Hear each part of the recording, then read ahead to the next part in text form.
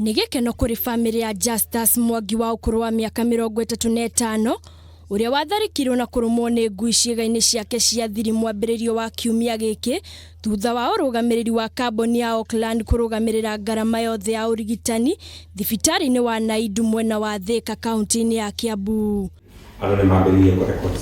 Kũringana na mũrũgamĩrĩri mũnene kamboni-inĩ ya kahũa ya Oakland ĩrĩa ĩ mwena wa Ruiru, Michael Gitau nĩ augĩte gĩko gĩkĩ gĩũkĩte thutha wa gũtabanio thuthuria ũrĩa wonanĩtie Mwangi nĩ atharĩkĩirwo nĩ ngui mũgũnda-inĩ wao tarĩki 27 mweri ũyũ. Tulitoa ambulance ya kampuni ikachukua Mwangi pale kwao nyumbani Murera, akapelekwa mpaka hospitali Thika. Akiaria arĩ mũgũnda-inĩ ũcio Gitau nĩ athingatĩte kuga arangĩri 5 kuma kamboni ĩyo nĩ mandĩkithĩtie ndũmĩrĩri ciao ciĩgiĩ na gĩko kĩu kũrĩ honge cia ũthuthuria. Uchunguzi tumeanza na kuna askari ambao walikuwa kazini siku ile na wengine wameandika statements kulingana na vile wanajua hayo mambo na vile walishinda siku ile. Oho nĩongereire kuga ũthuthuria ũgĩthiaga na mbere kamboni-inĩ ĩno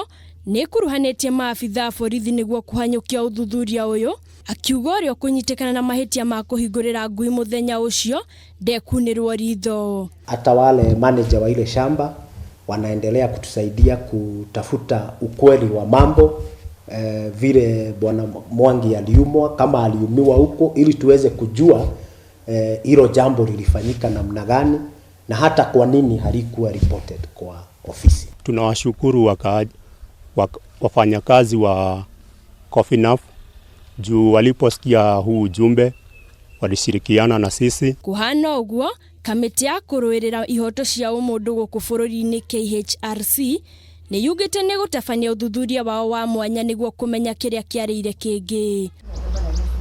Mwangi nĩ acokeirie aruti a kamboni ĩyo ngatho nĩ gwĩtĩkĩra kũnyitanĩra na honge cia ũthuthuria nĩguo akorwo akĩona kĩhoto gĩake. Handũ-inĩ ha Kameme TV, rĩakwa nĩ Mũthoni wa Wanja.